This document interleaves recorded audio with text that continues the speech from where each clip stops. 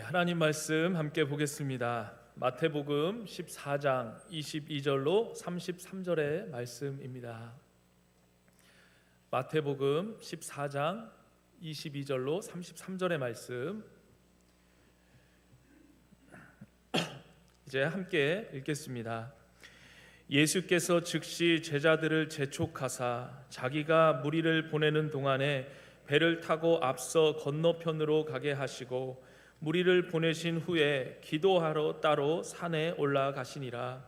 저물매 거기 혼자 계시더니 배가 이미 육지에서 술이나 떠나서 바람이 거스름으로 물결로 말미암아 고난을 당하더라.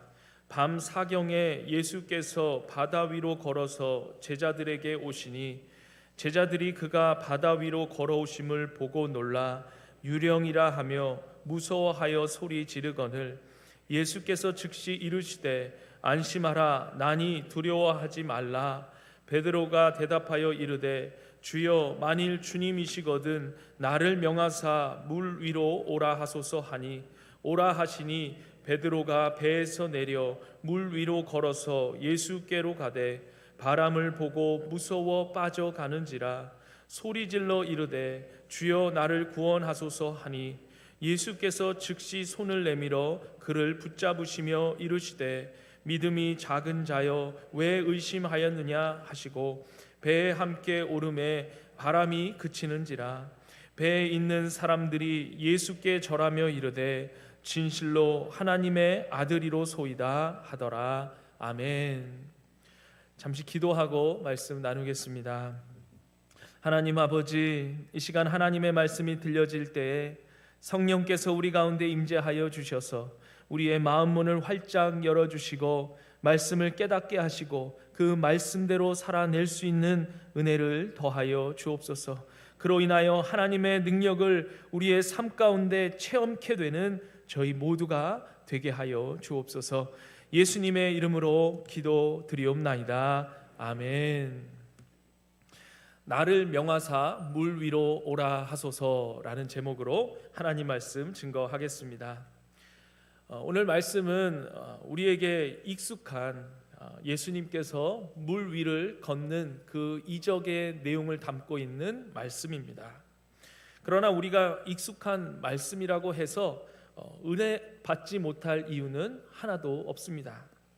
우리가 오늘 이 말씀 속 그 갈릴리 바다 현장으로 들어가 풍랑맞은 제자들이 되어 그들의 입장에서 깨달을 수만 있다면 그들이 경험했던 그 과거의 역사가 오늘 우리들의 삶 가운데도 살아있는 역사로 일어날 수 있다라는 것입니다. 이제 이러한 기대를 가지고 말씀으로 들어가 보겠습니다. 본문의 말씀을 살펴보기 전에 먼저 이 본문 말씀의 사건 이전에 어떤 사건이 있었는가를 알면 좋겠는데요. 어떤 사건이 있었는가? 너무나도 유명한 사건, 바로 오병이어의 사건이 있었습니다. 예수님께서 여자와 어린아이들을 제외하고도 자그마치 5,000명이나 되는 그 많은 사람들을 물고기 2마리와 떡 5개로 배부르게 먹이신 그 엄청난 이적의 사건이었습니다. 그 수많은 무리들이 모이기 전까지의 모습을 한번 상상해 보시기 바랍니다. 예수님이 메시아일지도 모른다는 그 기대감을 갖고 따라온 이들도 있었을 것입니다. 또는 그저 호기심으로 혹은 군중 심리로 그렇게 따라온 이들이 지금 예수님과 제자들에게 계속해서 모여들었을 것입니다. 그런데 그들의 기대가 완전히 충족되는 사건이 일어나게 되었습니다.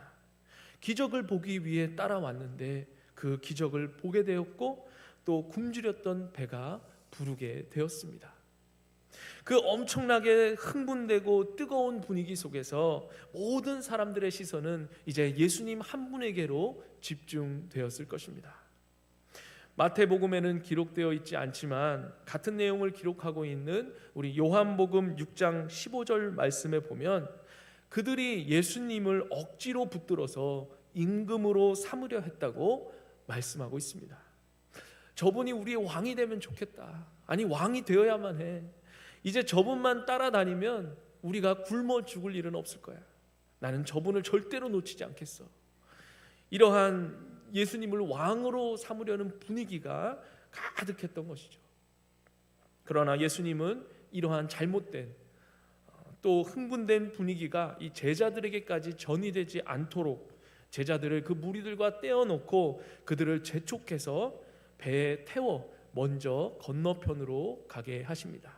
그리고 나서 예수님은 자신을 향해 그 눈에 불을 켜고 달려드는 그 수많은 사람들을 홀로 다 상대하시면서 애써 다 돌려보내십니다. 이건 정말 쉽지 않은, 예수님 홀로 감당하기에는 너무나도 힘에 겨운 일이었을 것입니다. 500명, 아니 50명도 상대하기가 쉽지 않은데 이 5,000명이나, 그것도 자신을 왕으로 삼으려고 지금 열정적으로 달려드는 그 무리들을 일일이 다 상대하시는 일. 예수님은 피곤하고 지쳐서 몸을 가누기조차도 힘들었을 것입니다.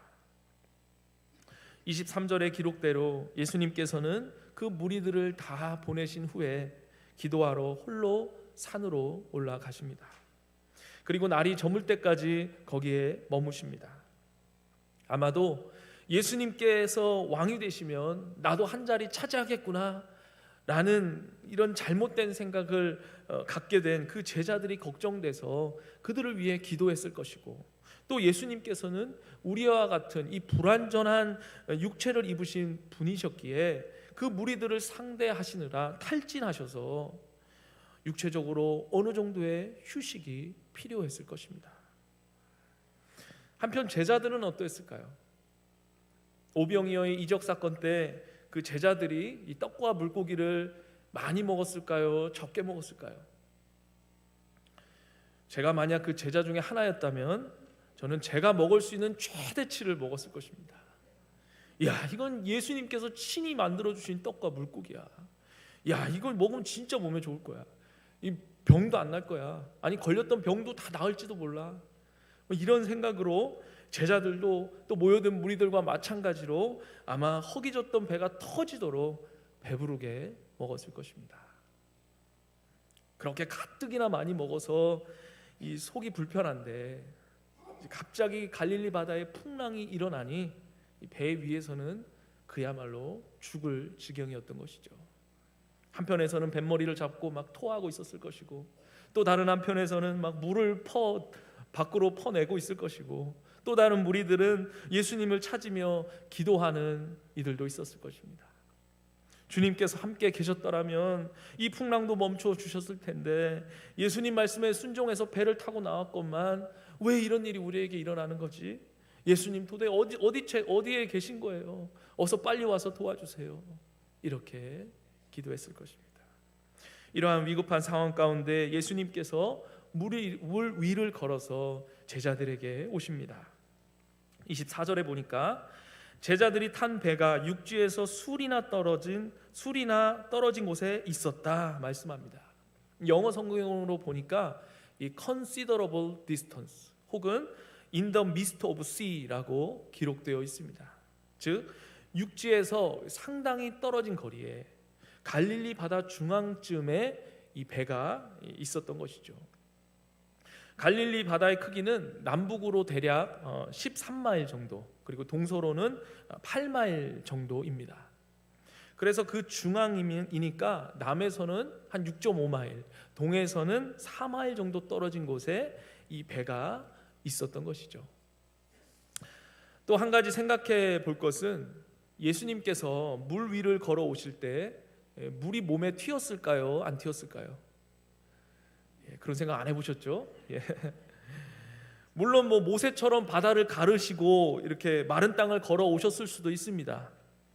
그렇다고 해도 예수님 몸에도 이 제자들과 같이 그 세찬 물보라가 물 위를 걸어오는 내내 튀었을 것입니다. 사람의 걸음 속도가 한 시간에 3마일 정도라고 한다면, 예수님께서는 그 밤에 그 오병이어의 사건으로 지친 몸을 이끌고 그 폭풍우를 다 뚫고 오시려면 아마도 빨라야 1시간에 2마일 정도의 걸음으로 오셨을 것입니다.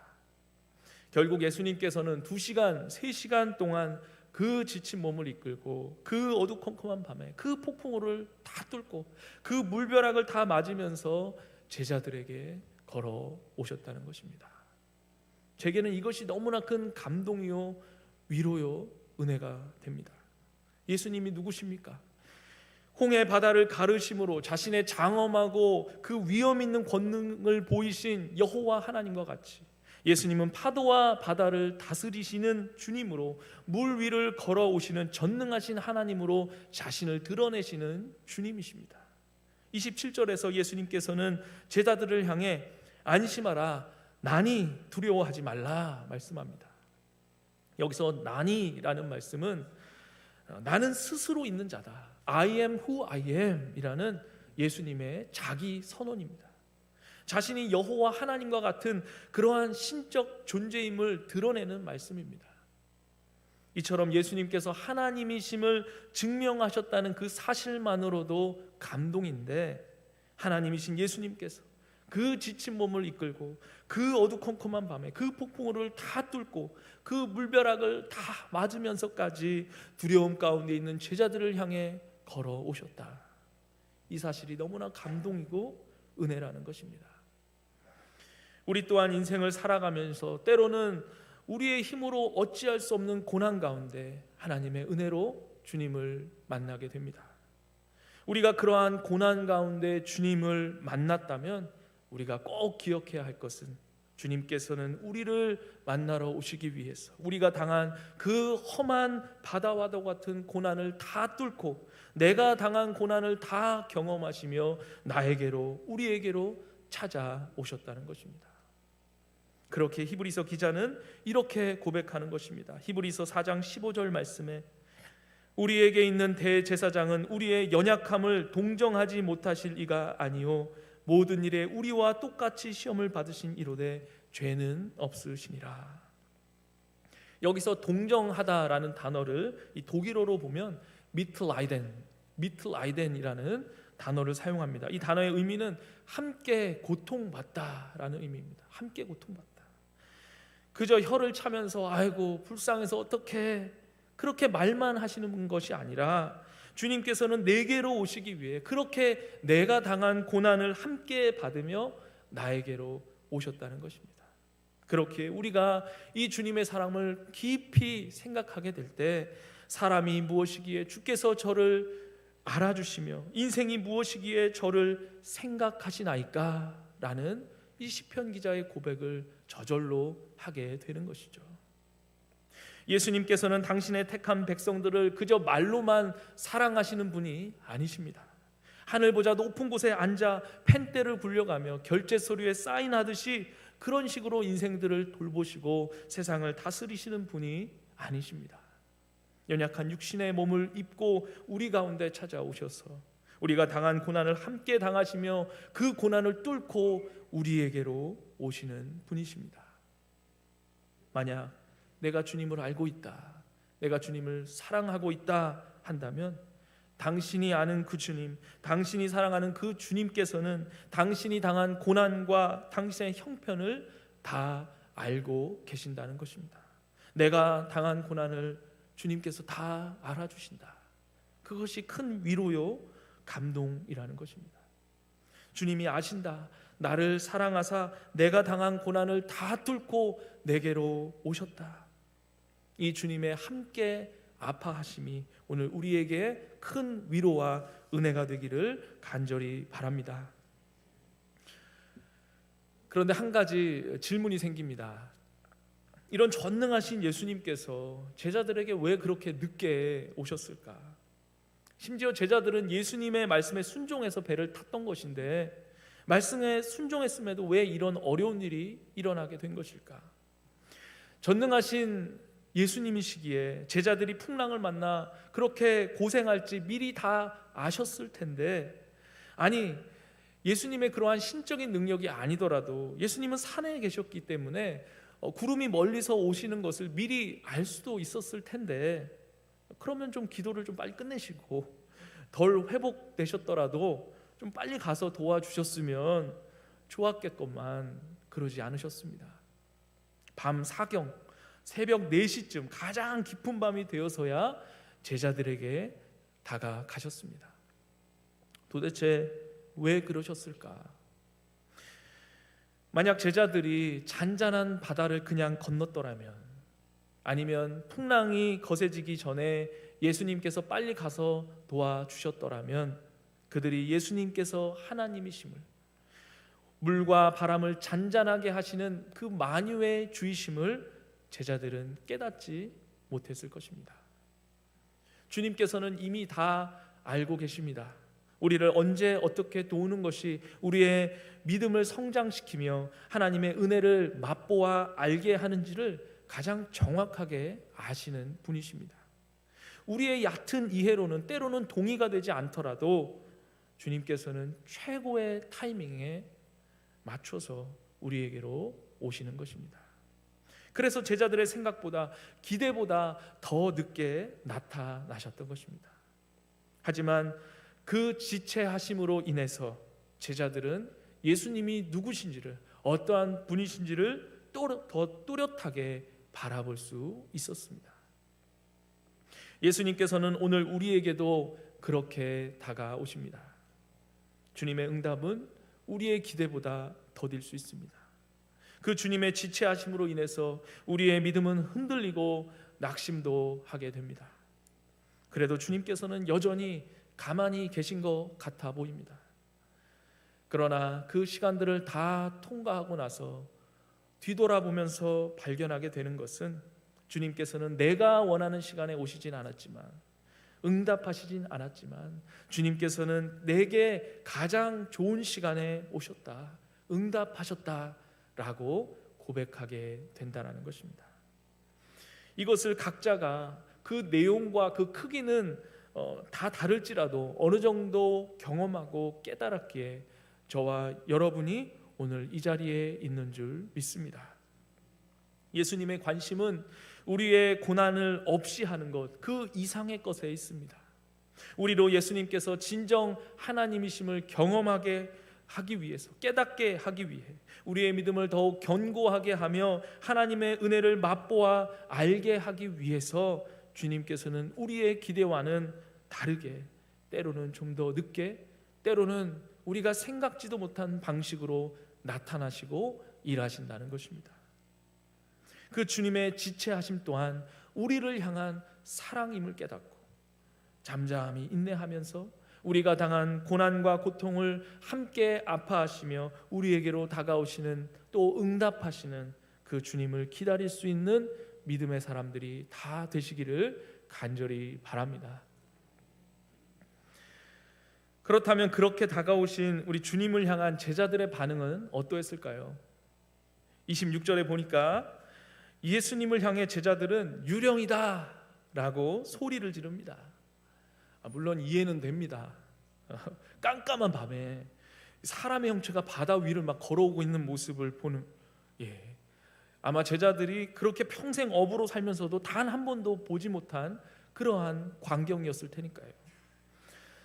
또 아니 그렇다고 해도 자신들이 지금 예수님 어서 오셔서 우리를 좀 도와주세요, 구원해 주세요, 그렇게 기도했는데, 물론 전혀 기대치 않은 그러한 등장이긴 했지만 자신들이 기도한 대로 예수님이 오셨건만 유령이라고 소리를 지르다니요. 제자들에게는 예수님께서 행하신 그 이적과 그분의 능력을 보았기 때문에 예수님께서 하나님의 아들이요 메시아라는 그 믿음도 있었지만, 한편으로는 아직도 세상적인 가치관, 세상이 갖고 있는 그 인식을 버리지 못하고 있었던 것이죠. 제자들에게는 이 두 가지가 다 같이 있던 것입니다. 그래서 어떤 때는 믿음의 말을 하기도 하지만, 또 어쩔 때는 저 사람이 정말 예수의 제자가 맞나, 그런 의심이 들 정도로 어리석은 모습을 보이기도 한다는 것이죠. 우리도 마찬가지입니다. 그리스도인으로, 성도로 믿음의 말을 하기도 하지만 때로는 지극히 세상적인, 예수를 믿지 않는 사람들과 전혀 다를 바가 없는 그러한 모습을 보일 때가 있습니다. 그런 제자들에게, 또 오늘 우리에게 예수님께서 이제 말씀하십니다. 그것도 즉시 급하게 말씀하십니다. 27절에서 예수께서 즉시 이르시되 안심하라. 나니 두려워하지 말라. 이 헬라어 원문으로 보니까 이 즉시라는 말이 강조되어 있습니다. 제자들이 유령이다 라고 소리를 지르자마자 예수님께서는 즉시 안심해, 나야 나, 두려워하지 마, 이렇게 말씀하셨다는 것이죠. 그러자 두려워하지 말라는 그 주님의 말씀에 이제 베드로가 반응을 합니다. 28절에서 이렇게 소리칩니다. 주여, 만일 주님이시거든 나를 명하사 물 위로 오라 하소서. 베드로는 물 위를 걸어 예수님께로 가고자 합니다. 베드로가 어떻게 이런 참신하고 또 한편으로는 당황스러운 그러한 생각을 하게 되었는지 놀랍습니다. 그냥 예수님 빨리 이 파도 좀 멈추게 해주세요, 아니면 빨리 배에 오르셔서 우리를 좀 도와주세요, 이렇게 간구하는 것이 더 상식적이었을 텐데 베드로는 폭풍우가 몰아치는 그 바다 위를 걷게 해달라고 요청을 합니다. 아마도 베드로는 그저 단순하게 조금이라도 빨리 주님과 함께 있고 싶은 마음에서 자기라도 빨리 주님께로 가고자 그렇게 요청했던 것 같습니다. 배 밖으로 나가고자 하는 이 베드로의 황당한 요청에 옆에 있는 다른 제자들은 이 베드로에게 뭐라고 말했을까요? 옆에 있던 안드레는 안드레 나가면 안 돼. 유다는 you die 나가면 you die 라고 경고했을지도 모르겠습니다.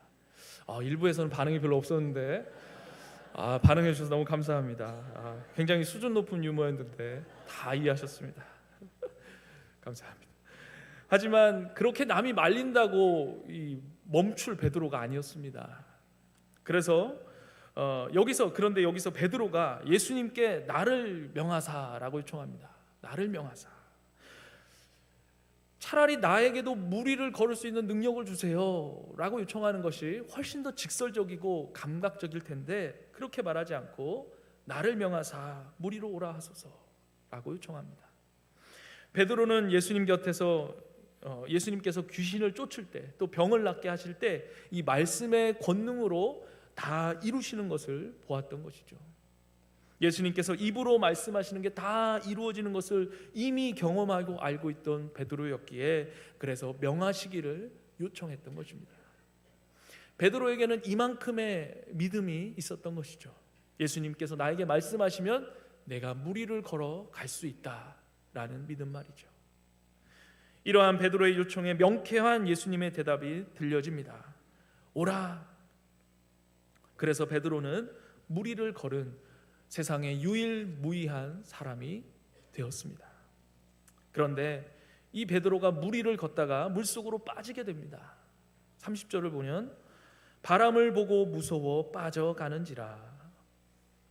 제가 전에는 이 무심하게 이 본문을 대할 때는 저는 물 위를 걷던 베드로가 이 물 아래를 보고 빠진 줄 알았습니다. 왜냐하면 지금 베드로가 물 위를 걷고 있으니까요. 그러면 자연스럽게 물 밑을 보면서 무서워서 빠졌을 거라고 생각을 하게 되는데, 그런데 본문을 자세히 보니까 물 밑을 보고 빠진 것이 아니라 바람을 보고 무서워 빠졌다라고 기록하고 있습니다. 그 밤에 눈도 박지 어떻게 대낮에도 안 보이는 바람을 보고 무서워 빠졌다고. 이 베드로의 두려움은 허상이었던 것입니다. 허상. 내면에 있던 두려움이 바람을 보고 바람을 눈으로 보았다고 생각하게 만든 것입니다. 결국은 눈에 보이지 않던 그 바람에 스스로 두려움을 느끼고 무서워했던 것입니다. 우리에게도 이 베드로와 같은 모습이 다 있는 것이죠. 주님 나를 명하사 물 위로 오라 하소서라고 말하는 믿음의 모습과 보이지도 않는 바람을 보고 두려워 물에 빠져가는 그러한 불신의 모습, 이 믿음과 불신 사이에 갈등하고 있는 이 베드로의 모습이 오늘 우리의 모습 같아 보이지는 않으십니까? 이런 베드로에게 또 오늘 우리에게 예수님께서는 어떻게 반응하시는가? 바람을 보고 무서워 빠져가는 베드로가 주님께 살려주세요, 구원해주세요 소리치자 예수님께서는 31절 말씀대로 즉시 손을 내밀어 그를 붙잡아 주십니다. 여기서도 즉시라는 단어가 강조되어 있습니다. 베드로가 예수님 구원해 주세요 소리를 지르자마자 예수님께서는 즉시 달려가 베드로의 손을 잡아 주십니다. 그리고 그 베드로를 배 위로 끌어올려 주십니다. 베드로의 몸이 어떠했을까요? 컸을까요? 작았을까요? 대제사장 종 그 말고의 귀를 단칼에 베어버리고, 그의 이름이 반석이라는 돌이라는 이름에서 생각해 볼 때 여러 가지 정황상 이 베드로의 몸은 그렇게 작은 체구가 아니었을 것입니다. 그런데도 이미 오병이어의 사건을 뒤처리하느라, 또 그 폭풍우를 다 뚫고 바다 위를 걸어오느라 이미 지칠 대로 지친 예수님께서 점점 물에 빠져가고 있는 자신보다 더 큰 체구의 베드로를 향해 손을 내밀어 자신의 남은 온 힘을 다해 그를 붙잡아 준 것입니다. 그렇게 베드로는 예수님의 혼신의 힘이 실린 그 손에 이끌려 다시 배 위로 오르게 되었던 것이죠. 베드로가 먼 훗날에 이 밤을 떠올렸을 때 무엇을 가장 인상 깊게 기억할 수 있었을까요? 바다 위를 걸어오신 주님을 보고 유령이라고 소리쳤던 것? 아니면 예수님의 명령에 따라 바다 위를 걸었던 것? 아니면 무서워서 바다 아래로 빠졌던 것? 그런 것들보다 베드로가 더 잊을 수 없는 그날의 기억은 물속에 빠져가던 자신을 온 힘을 다해 붙들어 주셨던 그 예수님의 손일 것입니다. 언제 예수님께서 베드로를 그렇게 강한 손으로 붙잡아 주신 적이 있었을까요? 그 언제 베드로가 예수님께 붙들려 예수님께서 이끄시는 대로 그렇게 끌려갔던 적이 있었을까요? 베드로가 그 밤을 떠올릴 때마다 나 무리를 걸었었다 그렇게 자랑하거나 간증하지 않았을 것입니다. 그보다는 그 예수님의 손, 물속 깊이 절망 속으로 빠져가던 자신을 구원한 그 예수님의 손, 그 손을 이야기했을 것입니다. 결국 그 바다에서 예수님의 손에 붙잡혔던 그 체험이 비록 자신이 후에 예수님을 3번이나 부인하긴 했지만 그럼에도 불구하고 그 주님 손에 붙들렸던 은혜가 먼 훗날에 베드로를 예수님의 수제자로 우뚝 서게 하는 하나의 기둥이 되었던 사건이 되었을 것입니다. 베드로는 물속에 빠졌기 때문에 실패한 사람이 아니라 가장 강력한 예수님의 손을 경험한 사람이 되었습니다. 이 세상 그 어느 누가 예수님의 그 강하게 붙들어 주시는 손을 경험했을까요? 베드로는 결코 실패한 인생이 아니었습니다. 베드로는 사실 그 갈릴리 바다에서 잔뼈가 굵은 어부였잖아요. 물에 빠졌다 해도 수영을 못해 죽을 사람은 아니었을 것입니다. 정말로 그에게 중요했던 것은 예수님께 잠시라도 빨리 가서 함께하고 싶다, 나도 예수님을 따라 무리를 걸어가고 싶다, 그 예수님에 대한 그 마음, 그 사랑에 충실했다는 것입니다. 물 위를 걸었다는 그 자체는 베드로 인생에 아무런 도움이 되지 못했습니다. 그러나 그 곁에 예수님께서 계셨기에, 그 예수님의 붙잡아 주시는 그 강한 손을 경험했기에 베드로 인생에 있어서 그 밤은 최고의 밤이 되었던 것입니다. 한편 배 안에 남아있던 그 남은 11 제자는 어떠했을까요?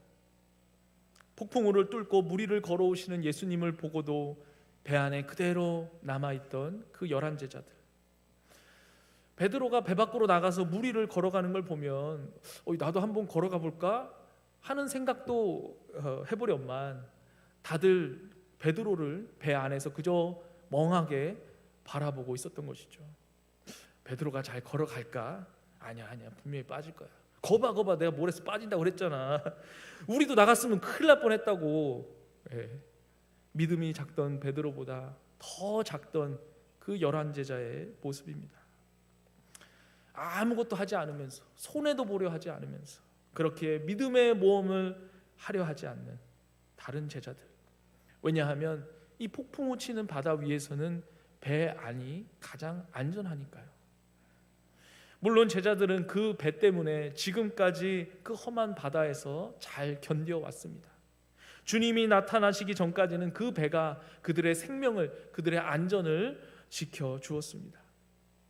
하지만 예수님께서 오신 후에는 그 배는 예수님께로 더 나아가지 못하게 만드는 장애물이 되었던 것입니다. 우리 인생에도 이러한 배들이 있습니다. 어쩌면 그 배는 지금껏 우리 인생에서 무척이나 중요한 것이었습니다. 그 배 때문에 지금껏 우리는 안정감을 느끼며 살아왔습니다. 그게 무엇인지는 본인들이 가장 잘 알 것입니다. 그런데 어느 순간 우리 인생에 예수님을 더 깊이 만날 순간이 올 때, 그때는 지금껏 내가 되도록 지탱해 주었던 그 배가 예수님께 더 나아가지 못하도록 내 발목을 붙잡는다는 것입니다. 그럴 때 지금껏 나를 나되게 만들었던, 나를 안전하게 지켜주었던 그 배가 무엇이든지 간에 만약 그것이 주님께로 더 가까이 나아가는데 방해가 된다면 과감하게 그 배에서 뛰어내리는 모험을 감행해야 한다는 것입니다.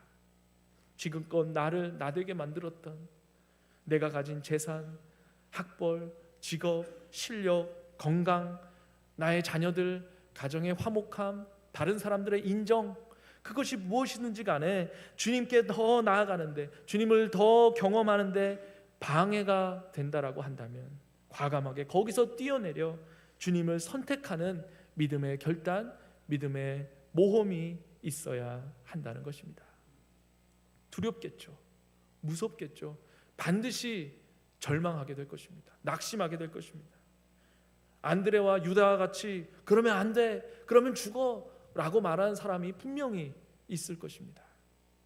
하지만 그것 때문에 망하지는 않을 것입니다. 오히려 나를 붙드시는 주님의 손, 지금까지는 내가 단 한 번도 경험해 보지 못했던 나를 붙드시는 그 주님의 강한 손을 경험하게 될 것입니다.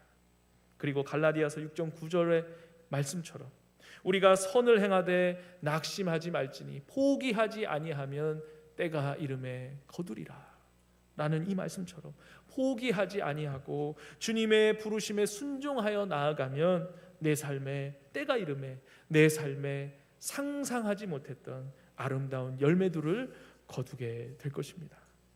그리고 기억해야 할 것은 주님께서 베드로와 같이 또 오늘 우리와 같이 우리가 뛰어내린 그 배에 다시 함께 올라타신다는 것입니다. 32절에서 배에 함께 오름에 바람이 그치는지라. 아멘. 그리고 지금껏 내 힘으로, 내 지식과 내 능력으로 힘겹게 끌고 가던 배에 주님께서 타시고 이제는 그 배를 주님께서 친히 운전해 주셔서 이제 더 이상 어떠한 풍랑에도 위협받지 않으며 소망의 땅으로 나아가게 된다는 것입니다. 요한복음 6장은 오늘 사건의 결론을 이렇게 기록하고 있습니다. 요한복음 6장 21절 말씀에 이에 기뻐서 배로 영접하니 배는 곧 그들이 가려던 땅에 이르렀더라. 아멘. 어쩌면 우리 인생의 큰 실패는 자신의 배에서 내리지 못하는 것일 수도 있습니다. 비록 바다에 빠질지도 또 실패할지도 모르나 그때 우리를 붙잡아 주시는 그 주님의 강한 손을 경험할 기회가 찾아와도 그 배를 떠나지 않기에, 배에서 내리지 않기에 예수님의 그 강한 손을 경험할 그 소중한 기회를 놓쳐버리고 마는 것입니다. 그래서 그 11제자는 또 자신만의 배에서 내려오지 못하는 우리들 중 누군가는 베드로가 경험한 주님이 붙들어 주시는 그 강한 손을 경험하지 못하는 것입니다. 남들에게 본 것은 이야기하고 다닐 수 있습니다. 아, 베드로가 주님의 명령에 의지해서 무리를 걷더라. 예수님이 베드로의 손을 붙잡아서 배 안으로 다시 건져 올리더라. 이런 얘기는 할 수 있지만 그러나 결국은 다 다른 사람의 얘기고 그 일에 대해서는 제3자들인 것입니다. 간절히 소망하기는 그 11제자의 실패를 교훈 삼아서 오늘의 저와 여러분들이 그러한 실패를 똑같이 하지 않기를 바랍니다.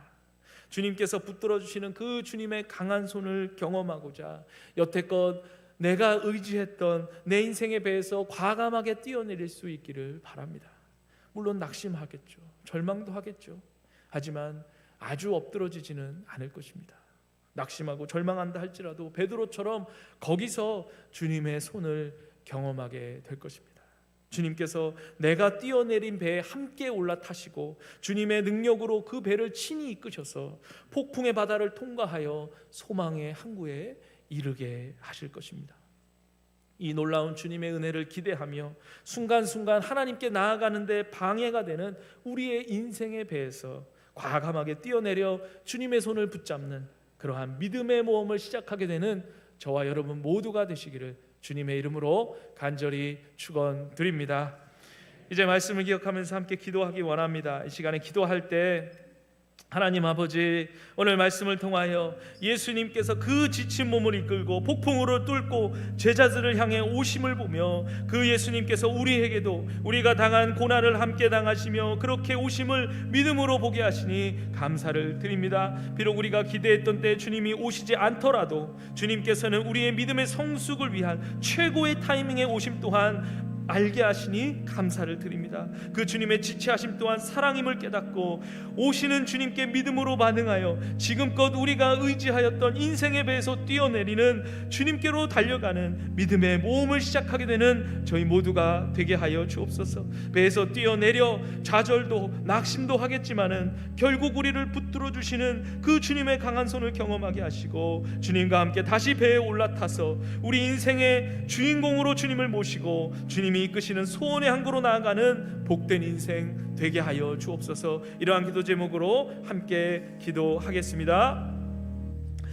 하나님 아버지, 은혜를 감사합니다. 오병이어 사건으로 예수님께 달려들던 그 수많은 무리들을 홀로 다 돌려보내시고 그 지치고 힘든 몸을 이끌고 그 밤에 폭풍우를 뚫고 우리 제자들에게 사랑으로 다가오셨던 것처럼 우리의 죄와 허물의 폭풍우, 고난과 절망의 물벼락을 다 뒤집어 쓰시고 오늘 우리에게도 아버지 주님 알맞은 때 오게 하시니 아버지 하나님 감사를 드립니다.